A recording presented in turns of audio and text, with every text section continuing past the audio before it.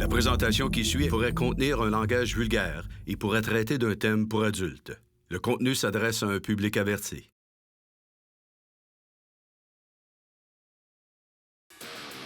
Mesdames et messieurs, bonsoir. En mon nom personnel et au nom du Théâtre Le Diamant, il me fait plaisir de vous accueillir à ce spectacle de lutte professionnelle de la NSPW.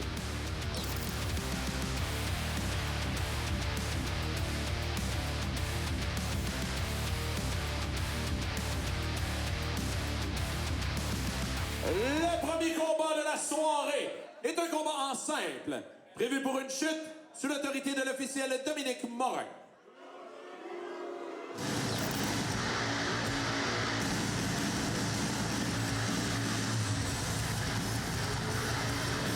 Tout d'abord, accompagné par Nightmare Manson. Il provient de Québec, un poids de 180 livres. Hayden Bright! Le jeune morveux à Hayden Bright qui, malheureusement, on doit le dire, là, il est devenu un incontournable à NSPW. Il a à peine 18 ans. C'est la relève, mais il a une attitude des plus déplaisantes.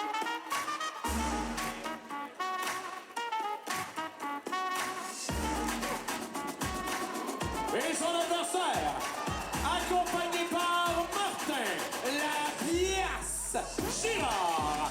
Il provient de Paradise City, un poids de 205 livres. Le VIP, Leon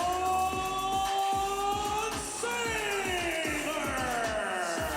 Alors, Gab, tu conviendras avec moi que c'est tout un contrat pour Hayden Bright ce soir. Leon Sabre, c'est pas un client facile, loin de là.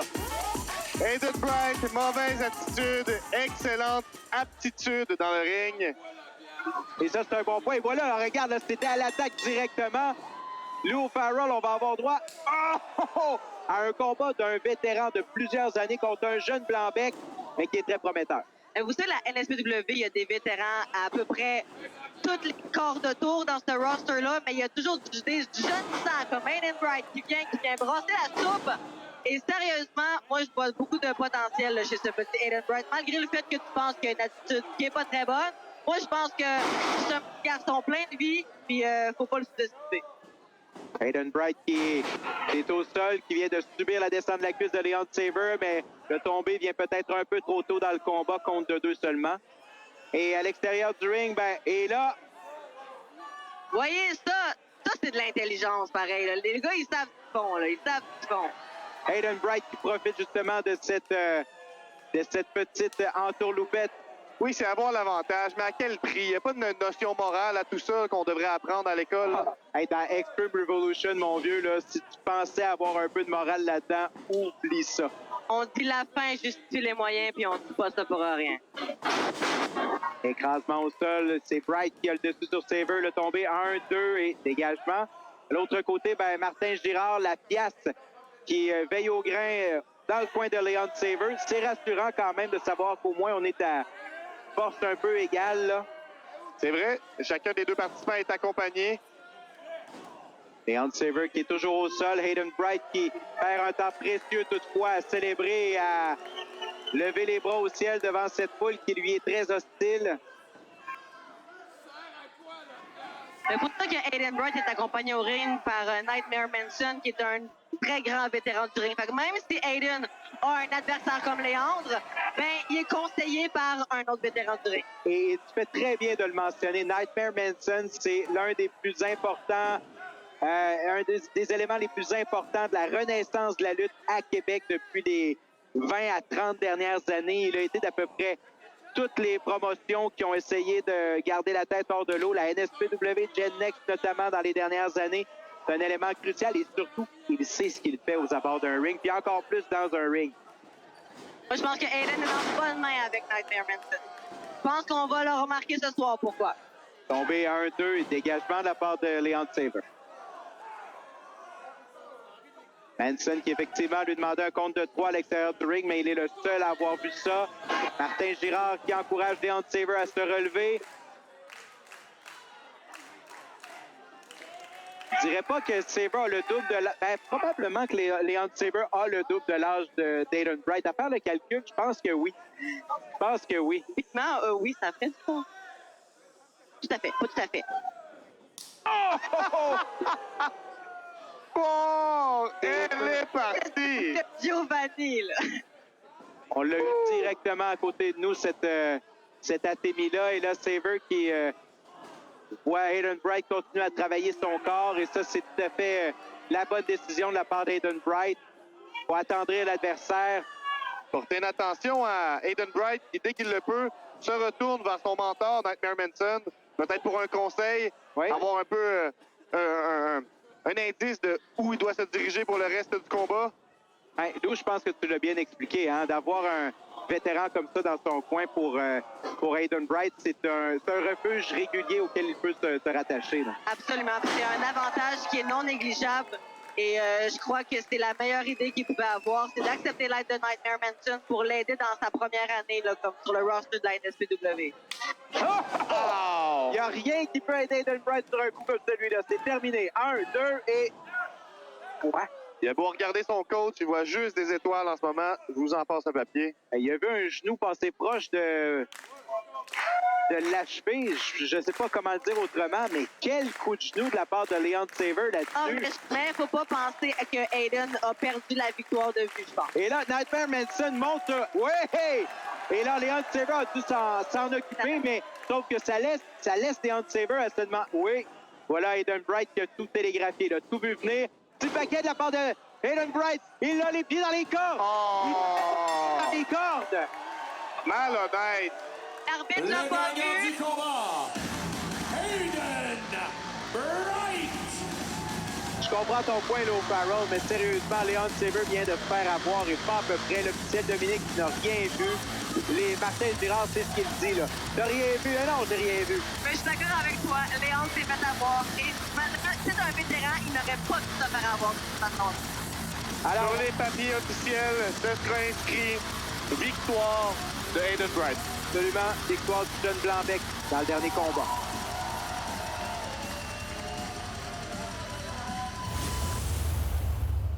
Après avoir battu ce bouffon de Degenerate au dernier spectacle, Léo Harvey est prêt du troisième câble. Oh! Wow! Quelle manœuvre! 2 et 3! La victoire de Léo Harvey! Léo Sunshine Harvey est sur le chemin de la victoire. Restez à l'affût des prochains galas de la NSPW parce qu'ils vont être éblouissants parce que Sunshine est dans la place. Le prochain combat est un combat en simple, prévu pour une chute sous l'autorité de l'officiel Jean-Sébastien Trudel.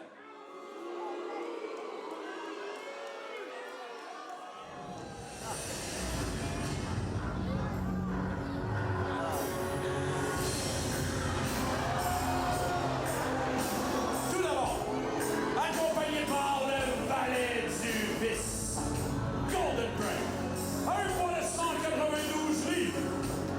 L'homme aux 1000 perversités. Ouais, l'homme aux 1000 perversités. On n'a plus besoin d'être convaincu de ça depuis 2 ans. Puis oui, on ne sait pas ce qui s'est passé. Il est tombé sur la tête et il est devenu vraiment une personne exécrable. Il n'y a pas d'autre façon de le dire. Accompagné par Golden Greg, tout aussi exécrable. Sauf que, les amis, je pense que ce soir, on risque de le voir frapper sur Waterloo. C'est tout un affrontement, oui, qu'on a présenté comme événement principal. Et puis oui, ne fait rien pour attendre, à mon avis. Parce que lui est prêt, là.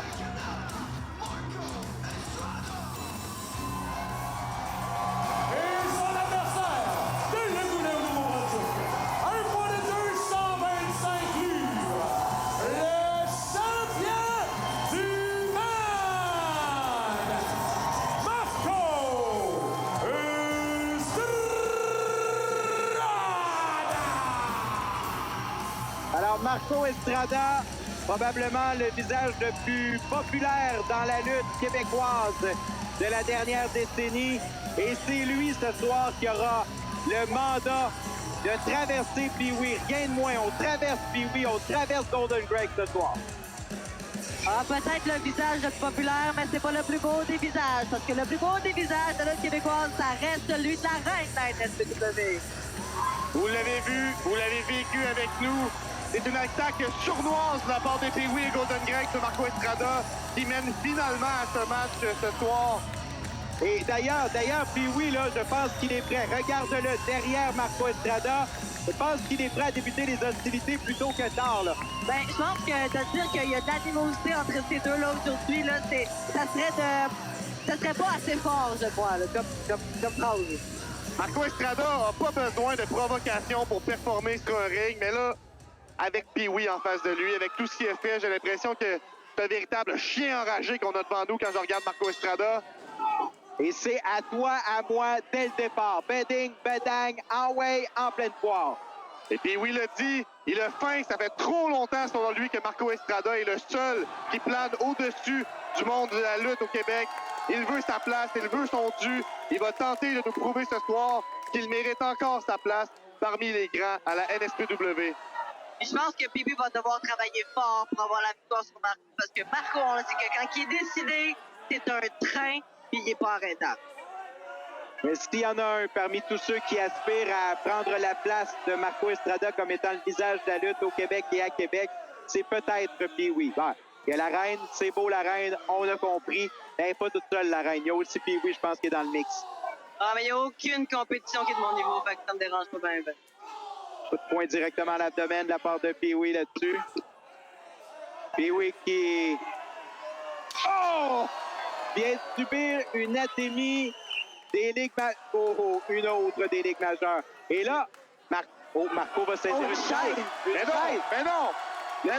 Ça, c'est une qualification automatique, ça, là. En théorie, t'as raison, Low Farrell, l'officiel JS Trudel qui voit tout ça se dérouler devant lui. Quoi? Ah! Et bien futé a été Marco Estrada là-dessus parce qu'effectivement, je pense qu'il s'en allait vers la disqualification. Et c'est plutôt pour asseoir, puis oui. Oh, et là, ça va frapper, là.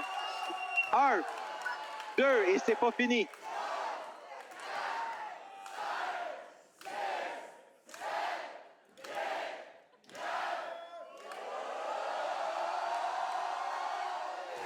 Il y a 400 personnes qui ont compté jusqu'à 10 à voir Pee-Wee souffrir pour leur plus grand bonheur.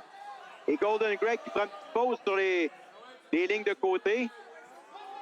Golden Greg, futé quand même, qui essaie de prendre un peu d'espace mental dans la tête à Marco Estrada, mais quand il s'approche un petit peu trop, il s'en va. C'est un bon point que tu amènes là. Golden Greg n'a pas été impliqué physiquement jusqu'à maintenant, mais c'est clair qu'il dérange Marco Estrada. Marco Estrada n'aime pas Pee-Wee, il n'aime pas Golden Greg. Mais il attend son heure. On appelle ça quelqu'un qui a de l'intelligence. Et voilà, il est impliqué. Et voyez ce que ça donne? Ça donne l'opportunité à Pee-Wee de prendre le dessus. Absolument, absolument. Le changement de momentum vient de s'opérer grâce à Golden Greg et Pee-Wee qui a saisi l'occasion. Vous le voyez, ils sont à un endroit extrêmement dangereux sur un ring. Une chute sur la bord du ring, c'est encore plus brutal qu'au centre. Absolument, oui. C'est la partie la plus dure du ring, puis ça fait mal. Là. Golden Greg qui tente de protéger Pee-Wee des insultes de la foule. Des gens vulgaires, mais d'une vulgarité sans pareil. C'est pas tout à fait faux ce que tu dis, Lou Farrell, sauf qu'il y a un point, par exemple, c'est que Pee-Wee n'a pas à être dérangé par ça. Lou, ce sont des gens de théâtre qui sont ici. Mais justement, ils pourraient soigner leur langage.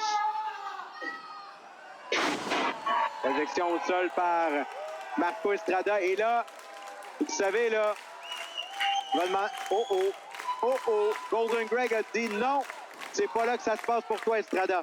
Et encore une fois, Marco qui a été déjoué par le duo Pee-Wee et Golden Greg. Pee-Wee qui reprend l'avantage, genou à la volée en pleine face.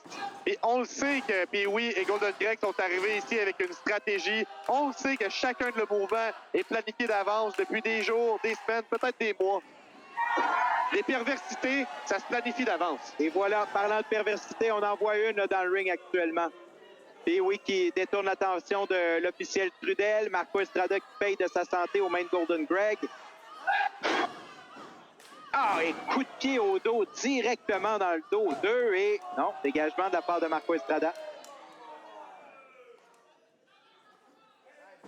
Et oui, qui voit l'occasion, là, faire mal à son adversaire. Estrada qui est dans une fâcheuse position pour l'instant.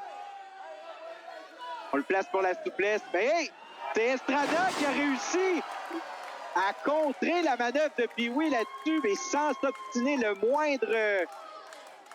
moindre temps. On renvoie Pee-Wee au sol pour lui servir la descente de la cuisse. Est-ce que ce sera assez pour le tomber? Je ne pense pas, non. Dégagement de la part de Pee-Wee, mais c'était pas mal pensé de la part de Marco Estrada. C'est sa puissance à Marco qui c'est dur. Même si on planifie les coups d'avance, Marco, ça reste un autre vétéran du ring. Et il est dur à garder au sol. Mais quand il se lève et il décide qu'il y va, c'est vraiment difficile. Il y a énormément d'expérience de lutte en ce moment sur ce ring-là. Que ce soit avec Pee-Wee, avec Marco, avec notre officiel. Et le Golden Greg qui est devenu un facteur dans le combat. Il a fait trébucher Marco Estrada. Mais je pense que Pee-Wee n'a pas le choix d'utiliser Golden Greg là, comme ça contre Marco. Et dégagement de la part de Marco Estrada au compte de 2. Pee-Wee se demande comment il a fait. Semble entretenir un peu de hargne aussi à l'endroit de l'officiel là-dessus, mais je pense que le compte de 2 était clairement un compte de 2. Golden Greg continue ses parages à l'extérieur du ring pendant qu'on va... étranglement, là. Étranglement sur Marco Estrada. c'est la prise du dromadaire, mais dans les câbles et on étire les trous de nez. Ah ouais, par là. Aïe, aïe, aïe. L'officiel qui s'en mêle physiquement. Il n'a pas le choix. Il connaît les enjeux de ce match-là. Là, il n'avait pas le choix de s'en mêler physiquement parce que c'était assez violent dans les cordes comme ça. Même moi, je dois l'avouer. C'est assez rare qu'on voit l'officiel Trudel s'impliquer physiquement, mais effectivement, il n'y avait pas beaucoup d'options, là. Les doigts de Pee-Wee qui étiraient les narines. Je ne sais pas à quel point on peut étirer une narine dans la vie, mais je pense qu'on est allé à la limite là, dans les derniers instants.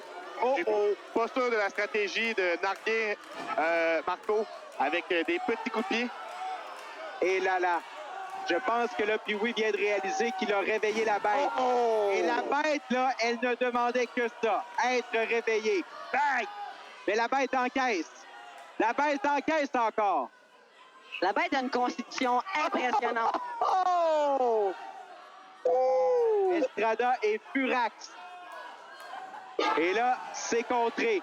Et la réplique vient immédiatement de la part d'Estrada. 3 fois plutôt qu'une. Coup de pied à l'abdomen, toutefois. On ramène les choses à égalité. C'est 0-0, là. Tout en hauteur. Beau surpassement de la part d'Estrada. Et là, se lance dans le coin. Corde à linge qui touche. Projection dans les câbles. Boum! Autre corde à linge. Bien exécuté par Marco Estrada. Wow. Est-ce que ce sera suffisant pour le tomber? 1, 2 et... Non! 2.9. Puis oui, on ne peut pas le garder à terre pour le compte de 3. 2.9. Continue comme ça. Puis on va le donner à Pee-Wee, parce que c'est pas Golden Greg qui l'a sorti de là, c'est Pee-Wee et lui seul qui s'est sorti de... Ben oui, puis encore une fois, la plèbe nous montre qu'elle s'est pas comptée parce que c'était clairement seulement 2. Marco Estrada qui est de retour sur ses pieds. Il demande à la foule de l'encourager un peu, d'aller lui donner un peu d'énergie, parce que oui, de l'énergie, on en a laissé en plan, là. Depuis le début du combat, ça a travaillé fort, de part et d'autre. Sur le 3e quart, Golden Greg est pas loin, par exemple. Golden Greg. Golden Greg savait que si Marco réussissait à faire ce saut-là, c'était terminé pour son ami Pee-Wee. Pee-Wee qui se précipite sur le 2e quart, position de souplesse. Estrada est prêt, malheureusement. Bang! C'est terminé, les amis. On est à un tombé de voir Pee-Wee l'emporter. Et là, il prend trop son temps. C'est trop long, là. Le tombé. 1, 2 et dégagement. Et ça a été trop long, Lou Farrow. Ben, je suis d'accord avec toi, ça a été trop long. Quand tu as le dessus sur un adversaire, il ne faut pas que tu lui laisses le temps de respirer. Il faut que tu ailles tout de suite la chercher. Pee-Wee. Estrada. Ça fait une dizaine de minutes que ça court, tout ça. Qui va l'emporter? C'est un combat passablement égal jusqu'à maintenant. Il y a un avantage numérique du côté de Pee-Wee, il s'appelle Golden Greg. Et la foule, encore une fois. Oh, wow! Oh! C'est raté. Encore une fois, pas d'eau dans la piscine pour Pee-wee. Le genou droit de Pee-wee qui est exposé actuellement. Ça n'a pas dû faire du bien, ça, sur la chute. Ah, je suis Et là- d'accord avec ça, pareil. Qui est en avance, je ne sais pas. Estrada qui esquive encore une fois. Coup de pied circulaire derrière la tête de Pee-wee là-dessus. Estrada qui est de retour dans le ring. Et c'est Coupe Diamant! Mais Coupe Diamant par Pee-wee. Le tombé 1, 2 et dégagement. C'est là qu'on voit l'opportunité de Pee-wee. On voit que c'est un vrai vétéran. Il savait ce que Marco s'en venait faire. Il a eu la manœuvre parfaite pour le contrer. Et non seulement il le savait, mais il lui a servi exactement la même médecine. C'est la bataille du Coupe Diamant à laquelle on assiste actuellement. Quel combat entre Pee-wee et Marco Estrada ce soir au Diamant de Québec. Et là, on se retourne aux abords du ring. C'est extrêmement dangereux. Ça a beau être des professionnels. Moi, je vous le dis, en ce moment, tous les deux, ils ont peur. Ils connaissent les enjeux. Ils connaissent le danger. Coup de coude au visage, 2 fois plutôt qu'une. Un troisième par Estrada qui réussit à se défaire de l'emprise de Pee-wee. Et là, Gab, si ça touche là, si ça frappe là, ça va faire mal, là. Ça pourrait être la fin de la soirée de Pee-wee, définitivement. La fin de sa carrière de la lutte professionnelle, peut-être! Oh! Non! Non! Marteau, Ça, c'est non! pilon. Marteau, pilon. La pire prise dans l'histoire de la lutte, la plus dangereuse, celle qu'on ne veut plus voir. Pee-wee vient de l'encaisser. Marco Estrada ramène Pee-wee dans le ring. Pee-wee est dans de beaux draps, les amis. Regardez, Pee-wee, il est déjà debout, là. Quel homme! Quel Oui, homme! Il est debout, mais il est pas fort. Coupe Diamant! Bang! C'est réussi. Est-ce que ce sera assez pour le tomber? 1, 2 et 3. Non! Comment? Comment? Estrada voulait 3. La résilience, les amis, c'est ça, c'est la résilience. Les deux, ils veulent la victoire de tout leur cœur. Et c'est ça qu'on voit à ce soir. C'est difficile de savoir qui va remporter ce combat-là parce que les deux guerriers du ring sont là, ils se donnent tout. Et on ne sait pas comment ça va terminer. Lou, à ce stade-ci, qu'est-ce que Pee-wee peut faire pour gagner le match? Il va devoir aller puiser loin. Il va devoir sortir des manœuvres. Je pense qu'il va surprendre Marco avec des choses. Non, je pense que Golden Greg il est dans le caca, là. Oui, il va devoir utiliser son ami Golden Greg. Oui, c'est ça l'affaire, c'est que en faisant appel à Golden Greg là, ça donne un avantage certain. Et là, l'officiel Trudel qui ne fait rien. Oh. Mais Marco a brisé la double corde à linge pour aller en donner une double lui aussi. Wow! Il saisit Pee-wee. Rock bottom réussi. Qu'est-ce qui s'en vient? On le sait. Le saut de la grenouille du troisième câble. Est-ce que Marco Estrada pourra toucher la cible? C'est ça la question. Pee-wee est au sol. Estrada sur le deuxième. Maintenant sur le troisième câble. Ça s'en vient, les amis. Ah, c'est la fin. C'est la fin. 1, 2, 3! Victoire, Marco Estrada. Le gagnant du combat, Marco